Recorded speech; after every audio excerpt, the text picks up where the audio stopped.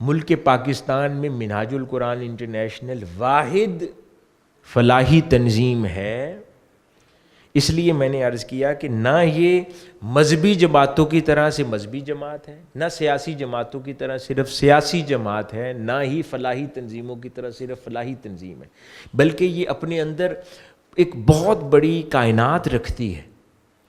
فلاحی پروجیکٹس کی بھی الگ ٹیمز ہیں جو کام کرتی رہتی ہیں، مذہبی امور انجام دینے والی الگ ٹیمز ہیں جو کرتی ہیں، پھر تعلیمی خدمات انجام دینے والی اداروں کو چلانے والی الگ ٹیمز ہیں، پھر مدرسہ چلانے والی الگ ٹیمز ہیں۔ تو جس آدمی کا جو ذوق ہے وہ اپنے ذوق کے مطابق منہاج القرآن سے وابستہ ہو سکتا ہے۔ مثال کے طور پہ بے نظیر بھٹو صاحبہ مرحومہ،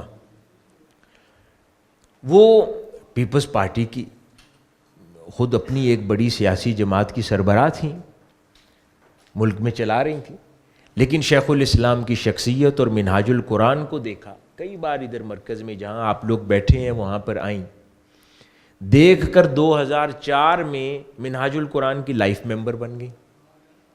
انہوں نے کہا کہ بے شک میری سیاسی جماعت اپنی ہے، وہ میری سیاسی جماعت بڑی ہوگی آپ کی سیاسی جماعت سے، لیکن آپ کا جو دین کا کام ہے اور فلاحی کام ہے اس سے میں اتنی متاثر ہوں کہ میں دین اور فلاحی کام کے حوالے سے آپ کی ممبر بننا چاہتی ہوں۔ وہ لائف ممبر بن گئی۔ اسی طرح معروف باکسر، آپ نے نام سن رکھا ہوگا، ہوتے تھے محمد علی کلے، منہاج القرآن کے لائف ممبر تھے۔ 1984 سے شیخ الاسلام کی فکر سے ان آشنائی ہوئی، ادھر تشریف لائے اور شیخ الاسلام کو بلا کے ہوسٹ کیا۔ ساؤتھ افریقہ میں نیلسن منڈیلا جو ریولوشن لیڈر ہیں وہاں کے، ان کا پوتا شیخ الاسلام کے ہاتھ پر اسلام قبول کر لیا، اور پھر ان کی دعوت پر پاکستان آئے، یہاں شرکت کی، یعنی اب اس کی فیملی نیلسن منڈیلا کی کنورٹ ہو گئی انٹو اسلام منہاج القرآن کی بدولت۔ یہ میں نے چند مثالیں آپ کو دی ہیں، بیسیوں ایسی اگزامپلز ہیں، مگر پرابلم کیا ہے؟ میڈیا کو ان ساری چیزوں میں انٹرسٹ نہیں ہے۔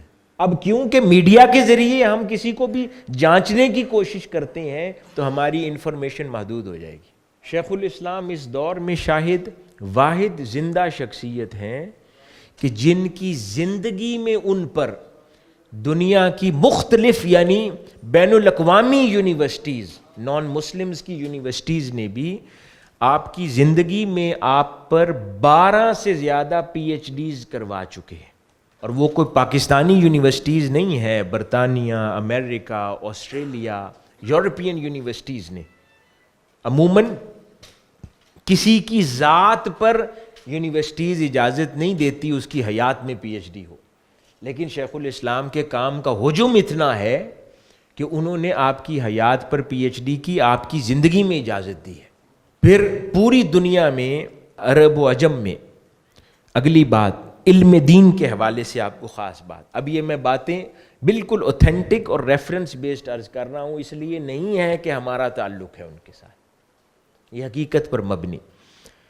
پاکستان کے جتنے علماء ہیں نا بڑے بڑے، کیونکہ ہم لوگ اردو بولنے والا طبقہ ہے، ہمیں پتہ نہیں ہے کہ عرب میں کیا ہو رہا ہے، مصر کی دنیا کیا ہے، شام کی دنیا کیا ہے، لبنان کی دنیا کیا ہے، کیونکہ ہمارا انٹریکشن نہیں ہے، زبان کی واقفیت نہیں ہے، اس لیے ہم جانتے نہیں ہیں کہ کیا ہے۔ عرب میں ہمارے پاکستانی اردو کے خطباء علماء کو کوئی نہیں جانتا، کیونکہ وہ اردو سمجھتے نہیں ہیں،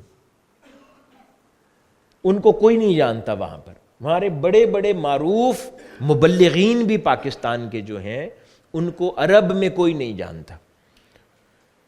اور دوسری اہم بات، نہ صرف عرب میں کوئی جانتا نہیں بلکہ عالم عرب کے اندر جامعہ الازہر جیسی بڑی بڑی یونیورسٹیز میں پاکستان انڈیا کے علماء سے کوئی سند حدیث جاری نہیں کی جاتی، وہ اپنے عرب کے ہی مشائخ سے چلاتے ہیں۔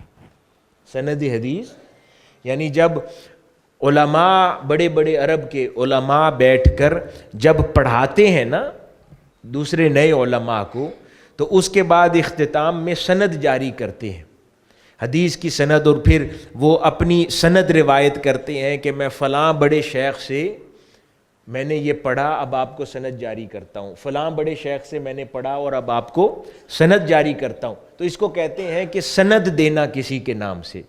تو انڈو پاک سب کانٹیننٹ کی سند عرب میں نہیں چلتی، معتبر نہیں ہے. انڈو پاک سب کانٹیننٹ یعنی پاکستان اور انڈیا سے آج سے پہلے کسی ایک شخصیت کی صرف عرب میں سند چلی تھی، اور وہ شخصیت تھی شاہ ولی اللہ محدث دہلوی رحمۃ اللہ علیہ. یعنی 300 سال پہلے ایک شخصیت آئی تھی جس کے نام کی سند عرب میں دی جاتی تھی.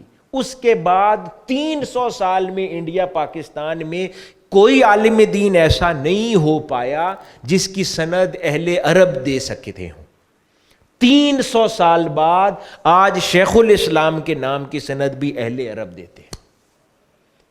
یعنی اب اہل عرب میں انڈو پاک سب کانٹیننٹ سے صرف 2 ناموں کی اسناد چلتی ہیں، باقی وہ اپنے عرب کی استعمال کرتے ہیں. ایک حضرت شاہ ولی اللہ محدث دہلوی کی، اور آج اس دور میں شیخ الاسلام کے نام کی.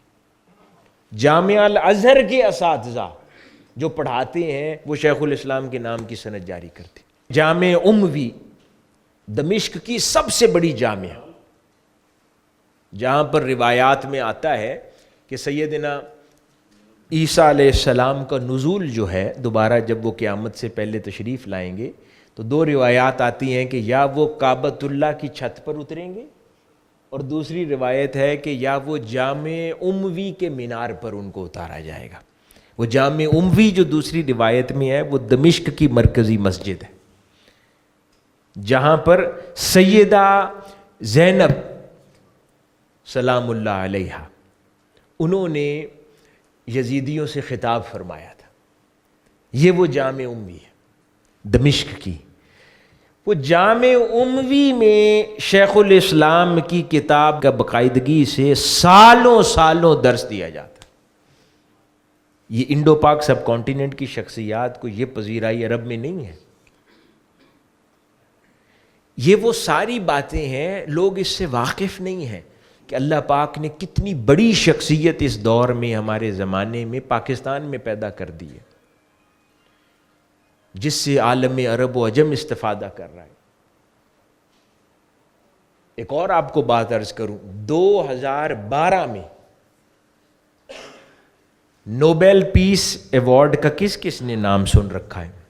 نوبل پرائز جس کو کہتے ہیں، سب جانتے ہیں نا Nobel price, Nobel laureate, Nobel price. لیکن آپ لوگ کیا واقف ہیں اس بات سے کہ 2012 میں یعنی آج سے 10 سال پہلے شیخ الاسلام کو نامینیٹ کیا گیا تھا نوبل پرائز کے لیے پاکستان سے؟ جانتے ہیں؟ نہیں واقف. شیخ الاسلام کو نوبل پرائز کے لیے بھی نامینیٹ کیا گیا تھا آپ کی علمی، فکری اور فلاحی خدمات کے نتیجے میں، اور شارٹ لسٹ ہو گئے تھے. لیکن کیوں کہ عالم مغرب ایک خاص مقاصد کے لیے چلتا ہے، وہ کسی دینی شخصیت کو نہیں دینا چاہتا تھا. اور اس زمانے میں اس دور میں سب سے زیادہ ریلیونٹ نامینیشن شیخ الاسلام کی ہی تھی. تو وہ واحد سال تھا نوبل پرائز کی ہسٹری میں جس سال انہوں نے پھر شخصیات کے ماڈل کو ختم کر کے اس سال ادارے کو دے دیا، کیونکہ ان کے پیرالل کوئی اور شخصیت تھی نہیں، کسی اور شخصیت کو دے نہیں سکتے تھے. تو انہوں نے اس سال واحد سال تھا کہ کسی ادارے کو دیا، انسٹیٹیوشن کو. تو اس سال نامینیٹ ہوئے. پھر OIC ہے، ورلڈ اکنامک فورم ہے، اقوام متحدہ ہے. دنیا کا کوئی بڑے سے بڑا ادارہ اور فورم ایسا نہیں ہے جہاں پر شیخ الاسلام نے خطاب نہ فرمایا. یہ وہ کنٹریبیوشنز ہیں جس کا تذکرہ میڈیا نہیں کرے گا کبھی بھی. ہم نے اتنی محدود سی ونڈو، سیاسیات کا عنوان ہے جو، اس کے اندر ہم نے شیخ الاسلام جیسی ایک عظیم شخصیت کو ناپ کر دیکھنے کی کوشش کی ہے. عالمی شہرت یافتہ شخصیت ڈاکٹر حسین محی الدین قادری کے علمی و فکری خطابات، رپورٹس اور ڈاکومنٹری سے مستفید ہونے کے لیے ابھی آفیشیل یوٹیوب چینل ڈاکٹر حسین قادری سبسکرائب کریں۔ اپ ڈیٹ رہنے کے لیے بیل کا بٹن دبائیں۔